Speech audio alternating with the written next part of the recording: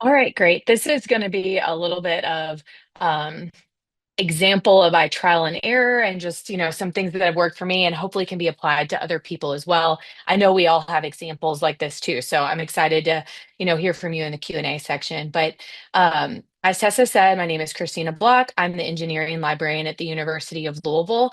And my session is going to be about redefining really support. Specifically, mine's looking at STEM outreach, but that's because that's the nature of my liaison area. But really, I feel like it can be widely applied in a lot of spaces. All right, so I put my contact in there just to have in my email.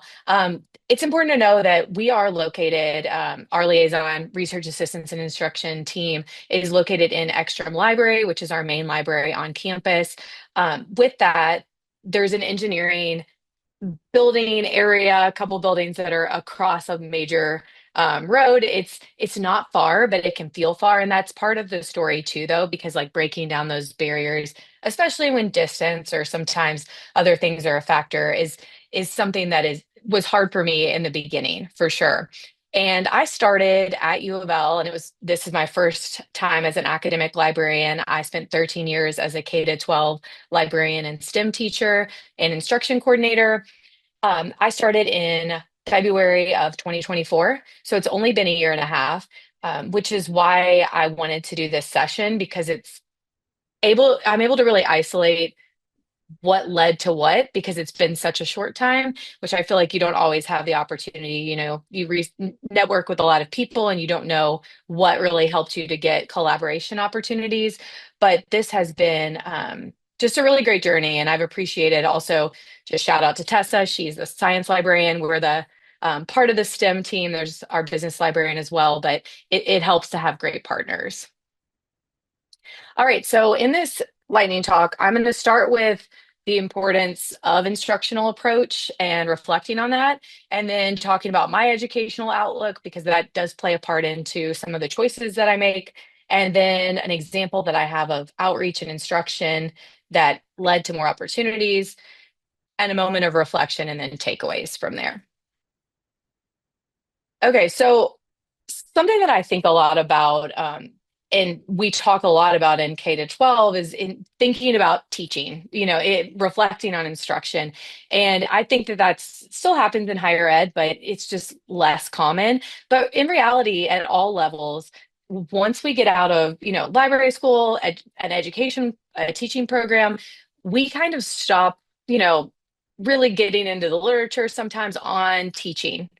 We might have moments where we're like, oh, yeah, yeah, but really taking a moment on reflecting what's on paper, what's on your CV versus what reality is. Because we all know there's moments we'd love to teach a certain way, but it just doesn't fit with what our reality is. Right. Maybe there's not one shot's our only option right now. And, we'd rather have a different approach, but we just can't right now.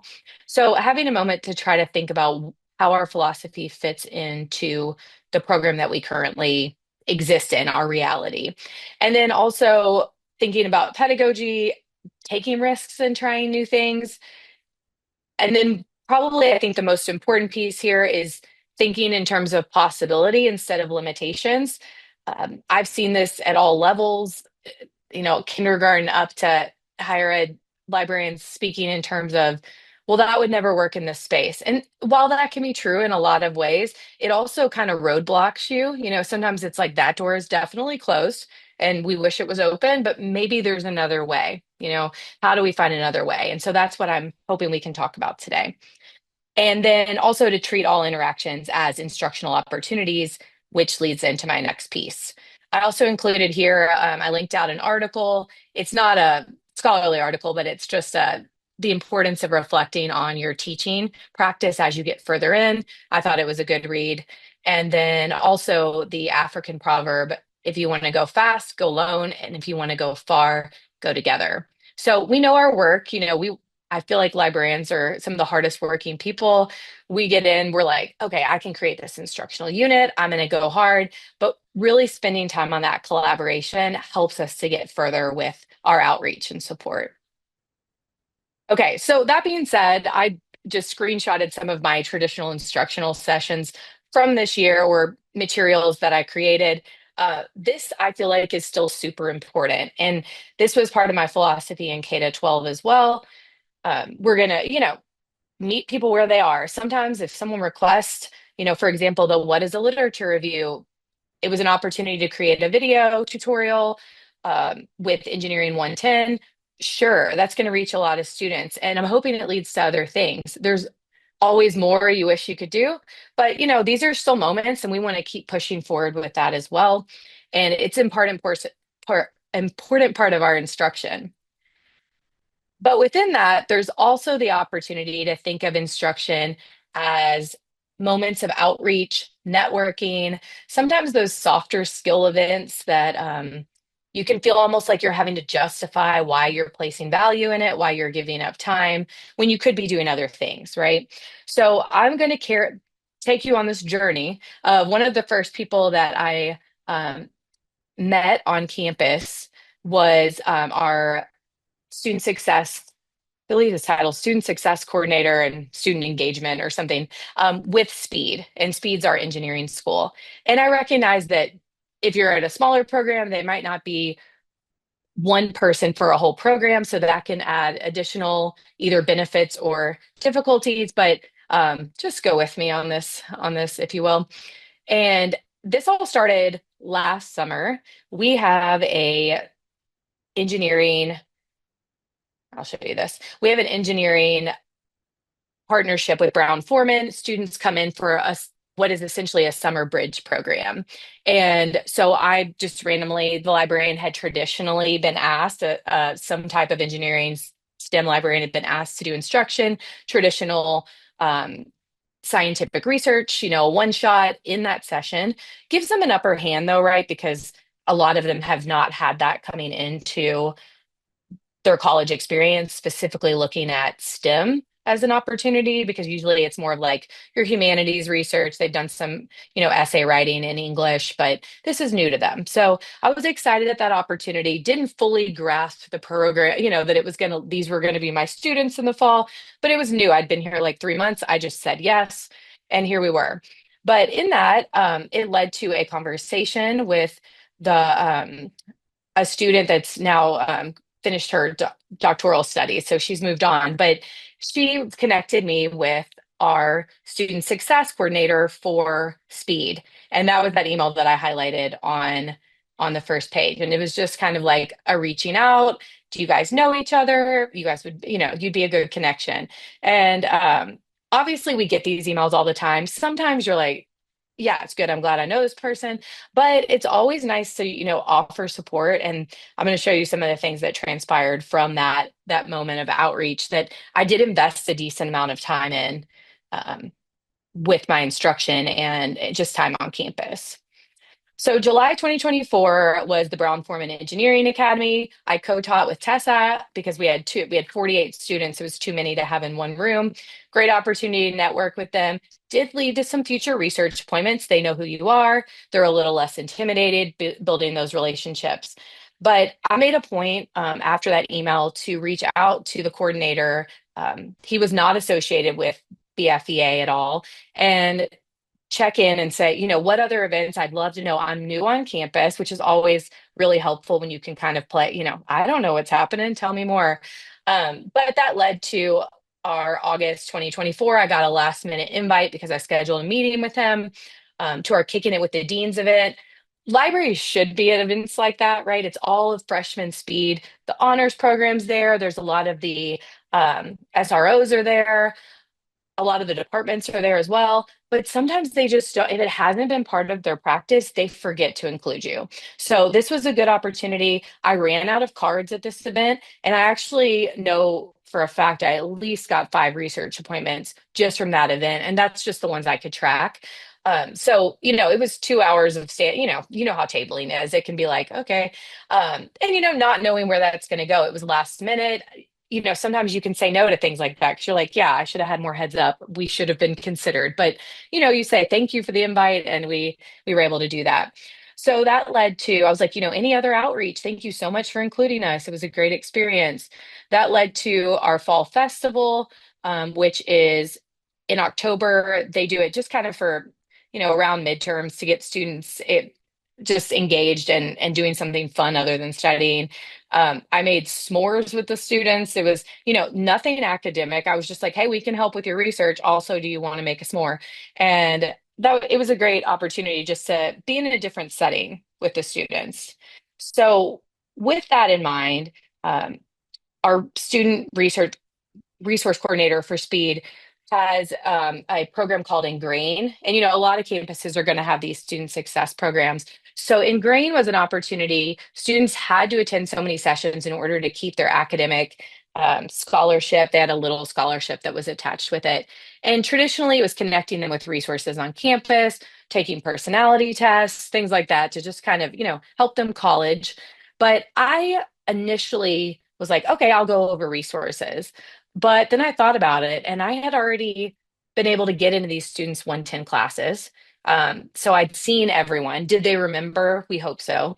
But I was like, it'd be nice to connect with them in a way that is totally different. Like, the way I really want to teach, but in a micro form because I have like 30 minutes and in a one session kind of opportunity. But it's not a class, it's just an opportunity for collaboration. So I was able to get in, and it was helpful that that person trusted me. The student success coordinator trusted me to be able to do this. But I went through and found we're building a new building on the Speed part of campus, a new STEM building. So we talked about the history of Speed because engineers love talking about buildings and history of buildings. So we talked about that. And I was like, we're taking it old school. We're going to show you some of these blueprints from buildings that are on campus now. We're going to guess which building it is. So that was fun. And then they were able to design a building for that we should build on campus. It didn't have to be related to Speed, but I mean, we went old school. I bought note cards and tape, and they were able to build this structurally out of the note cards with their team. So there was the collaborative piece. There was also the piece of being able to, design and think through a problem on campus, kind of like the heart of why engineering is fun, unless you just really love math, which some of them do. But it was a good opportunity. Some other things were silly, but some of them were great. Like they thought about this multicultural center, and there's like a shortage of food on that side of campus. So they're like, we could have more food access, and all these different ideas. But really, it was just an opportunity to engage with students in a different way. So from this, I want to actually go back to our timeline. Our coming into this next year, I just did Brown Foreman this week again. I was able to schedule a table just this week at Kicking It with the Deans. I was able to meet another person to get on the Speed Academic Advisory Council, which just helps me know what's going on campus. And there's no other, instructional people on that, but it has proven to be a really great opportunity, even though, it is a time commitment, right? But it's open doors. For example, I've been helping with the new building opening. I've been helping with curating some resources for that and opportunities. And so you just don't know where that's going to lead. And that curating resources for the new building is another example of a project that's not directly tied to students. It's not directly tied to resources that we're pushing or teaching, but you never know where that's going to land. It puts you in a room with people that then, we're like, hey, we'd like to have, we need an engineering research class. I mean, that's like my ultimate dream, but that might be a little lofty. You never know though. So, the sky's the limit. And all of that came from that initial email and just having moments of connection and really trying to build on them and not let relationships that are helpful on both sides die. Okay, so some glows from this specific teaching experience. It offered, like I said, lasting and fun collaboration for multiple different groups on campus, outside of Speed, within Speed. It also has led to a lot of other opportunities that I spoke of.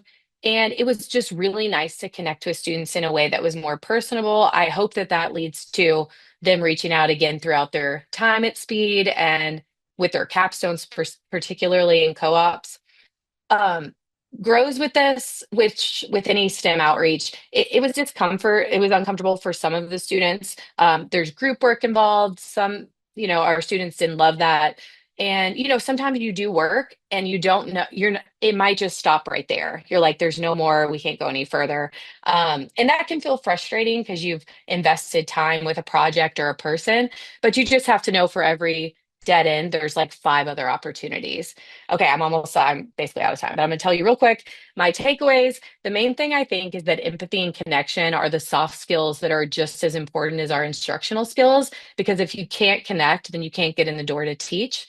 So I think really working on taking those small steps with authentic relationships, and then the way you evaluate that and don't fill your schedule to the max, which I'm not great at, but is this in alignment with my academic goals and focus? Like for me, it's like, is this for the betterment of our students and faculty? If it is, then I'm push forward.